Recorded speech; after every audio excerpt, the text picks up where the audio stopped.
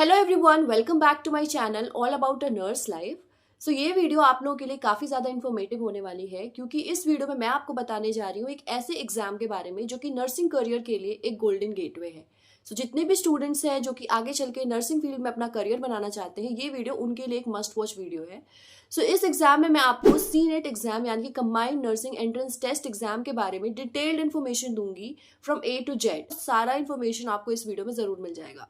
So video को पूरा जरूर देखें विदाउट स्किप, ताकि आपके मन में जो भी डाउट्स है वो क्लियर हो जाएं। सो गाइस, सबसे पहले स्टार्ट करते हैं इंट्रोडक्शन पोर्शन से। सीनेट एग्जाम एक्चुअली में होता क्या है? सो सीनेट एग्जाम, जैसा कि मैंने आपको अभी अभी बताया कि ये कंबाइंड नर्सिंग एंट्रेंस टेस्ट है। सो इस एग्जाम को कंडक्ट कराती है हमारी ABVMU university, Atal Bihari Vajpayee medical university. और ये मेनली उत्तर प्रदेश के कॉलेजेस के लिए ही होता है। मेनली क्या, ये उत्तर प्रदेश मेडिकल कॉलेजेस के लिए ही होता है। इसमें आपको गवर्नमेंट और प्राइवेट दोनों कॉलेजेस मिलते हैं और एडमिशन होता है आपका सीनेट के स्कोर के बेसिस पे। अगर आपको BSc नर्सिंग एंट्रेंस टेस्ट देना हो, post basic BSc nursing entrance test देना हो या फिर MSc नर्सिंग का एंट्रेंस टेस्ट देना हो, आपको सीनेट एग्जाम का क्वालिफाई करना बहुत ज़्यादा ज़रूरी हो जाता है। अब मैं आपको बताने जा रही हूँ एलिजिबिलिटी क्राइटेरिया के बारे में। BSc नर्सिंग की एलिजिबिलिटी क्राइटेरिया की बात करें तो आपको 10+2 जो है वो आपको PCB स्ट्रीम से होना चाहिए, physics chemistry and biology. And जो मिनिमम मार्क्स होना चाहिए वो 45% होना चाहिए। एंड देन अगर मैं एज लिमिट की बात करूँ, 31 दिसंबर को जो भी आप एग्जाम दे रहे हो उसके 31 दिसंबर तक आपका जो एज है वो मिनिमम 17 ईयर्स का होना चाहिए। उससे कम है तो you are not at all eligible. Minimum age criteria तो इतना ही है इसका। उसके बाद मेजॉरिटी ऑफ गवर्नमेंट कॉलेजेस में मैंने ये देखा है कि जो सीट्स हैं वो फीमेल स्टूडेंट्स के लिए रिजर्व्ड रहती हैं। बट ऐसा नहीं है कि मेल एलिजिबल नहीं है, मेल एलिजिबल है, बट रिजर्वेशन जो है वो फीमेल्स के लिए ज़्यादा है इस फील्ड में। अब मैं आपको बताऊंगी एग्जाम पैटर्न के बारे में। जो मोड ऑफ एग्जामिनेशन है वो कंप्यूटर बेस्ड होता है और टोटल 200 क्वेश्चंस पूछे जाते हैं और आपको जो टाइम ड्यूरेशन इसके लिए मिलता है वो 2 घंटे का मिलता है। बेसिकली ऑब्जेक्टिव टाइप्स क्वेश्चंस पूछे जाते हैं एंड हर क्वेश्चन से आपको 1 नंबर मिलता है and there is no negative marking. It's a good news for you all कि नेगेटिव मार्किंग अभी तक तो इस एग्जाम में नहीं है। सबसे पहले मैं आपको बताती हूँ कि सबसे मेन सब्जेक्ट जो हमारा होता है फिजिक्स केमिस्ट्री बायोलॉजी, उसको आपको कहीं और से पढ़ने की जरूरत नहीं है। आप 10+2 की NCERT की बुक उठाओ और उससे पढ़ो। 11th और 12th की दोनों की मैं बात कर रही हूँ। तो आप अगर NCERT से अच्छे से पढ़ रहे हो तो आपको किसी भी और बुक को रेफर करने की जरूरत है ही नहीं, क्योंकि उसी से मेनली क्वेश्चन पूछे जाते हैं। इसके अलावा आपसे बेसिक इंग्लिश ग्रामर से रिलेटेड क्वेश्चन पूछेंगे, कॉम्प्रिहेंशन से रिलेटेड क्वेश्चन पूछेंगे और जनरल नर्सिंग टॉपिक से रिलेटेड भी क्वेश्चन पूछे जाते हैं। मैं आपको बताती हूँ, जब मैंने ये एंट्रेंस एग्जाम दिया था तो तब मुझे नर्सिंग के बारे में कुछ भी पता नहीं था। तो जनरल नर्सिंग टॉपिक से रिलेटेड भी काफ़ी बेसिक ही क्वेश्चंस पूछे जाते हैं। तब तो मैं नर्सिंग फील्ड में नहीं थी, ना मैं किसी भी मेडिकल कोर्स को कर रही थी, फिर भी ऐसे ऐसे क्वेश्चंस पूछे जाते हैं जो कि ईजी ही होते हैं, तो आप उसको ईजिली कर सकते हो।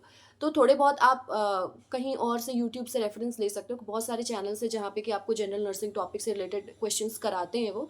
आप एग्जाम से 1 मंथ पहले आप ये तीनों सब्जेक्ट्स पे फोकस कर लेना, बाकी के पूरे टाइम आप फिजिक्स केमिस्ट्री और बायोलॉजी पे फोकस करना।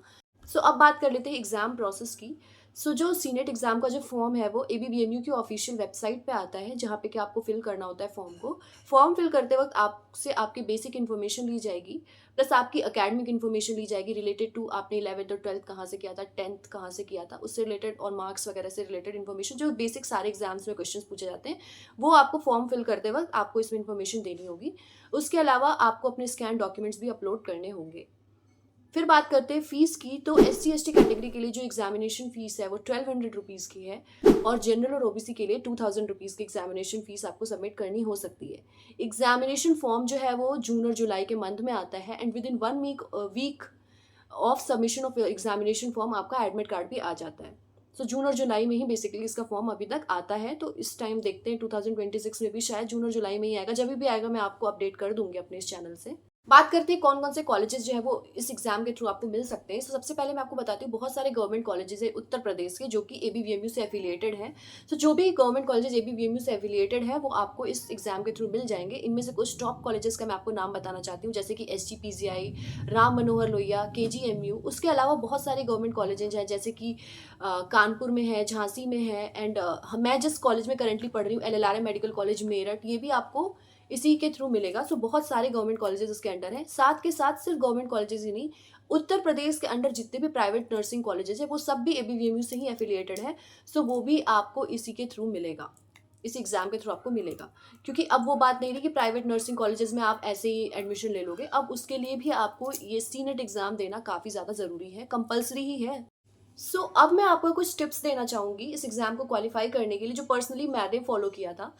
सबसे पहले आपको क्या करना होता है, आपको एनसीईआरटी, जो कि मैंने पहले भी बताया आपको, एनसीईआरटी पे फ़ोकस करो। किसी भी और बुक को रेफ़र करने के चक्कर में हम मेन जो बुक है उसको ही फ़ोकस नहीं कर पाते हैं। सो प्लीज़, मैं आपको बार-बार बोल रही हूँ, आप एनसीईआरटी से बाहर कहीं मत जाओ, एनसीईआरटी पे फ़ोकस करो। 11th और 12th की एनसीईआरटी पे फ़ोकस करने के बाद आपको अपने जनरल नॉलेज, जो कि नर्सिंग से रिलेटेड करंट अफेयर्स ही पूछे जाते हैं, तो उसके लिए आप यूट्यूब पे फ्री में वीडियोज़ देख सकते हो, जो बहुत सारे चैनल्स पे अवेलेबल हैं।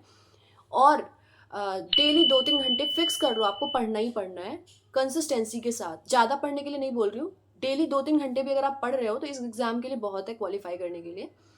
उसके अलावा आपको, जो आपका रैंक इम्प्रूव करेगी, जो आपका सिलेक्शन जो है उसके चांसेस को बहुत टाइम्स तक इम्प्रूव कर देगी, वो है मॉक टेस्ट, जिसको हम सबसे ज़्यादा अवॉइड करते हैं। मॉक टेस्ट को हम सीरियसली लेते ही नहीं है, लेकिन मॉक टेस्ट जो है ना, वो आपके रैंक को इम्प्रूव करेगी, आपके सिलेक्शन के चांसेस को भी इंक्रीज करेगी। प्लस मॉक टेस्ट देते देते आपको एक आइडिया मिल जाएगा कि मुझे एक्चुअली में एग्जाम को कैसे फेस करना है, कैसे मुझे एग्जाम को कंडक्ट करना है। कई बार आपको नॉलेज होते हुए भी आप जो है वो टाइम मैनेजमेंट नहीं कर पाते हो। मॉक टेस्ट तो प्लीज़ आप देना ही देना। गाइज, ये था detailed information regarding senate exam. अगर आप नर्सिंग करियर के लिए लेके बहुत ज़्यादा सीरियस हो, नर्सिंग करियर को लेके, तो ये सीनेट एग्जाम जो है वो आपके लिए गोल्डन अपॉर्चुनिटी है। अगर आप कंसिस्टेंसी और डेडिकेशन के साथ इस एग्जाम का प्रिपरेशन करोगे, तो डेफिनेटली आई होप कि आप सबका सिलेक्शन हो। एंड अगर वीडियो पसंद आया हो तो वीडियो को लाइक और चैनल को सब्सक्राइब ज़रूर करना। मिलते हैं नेक्स्ट वीडियो में। Bye guys.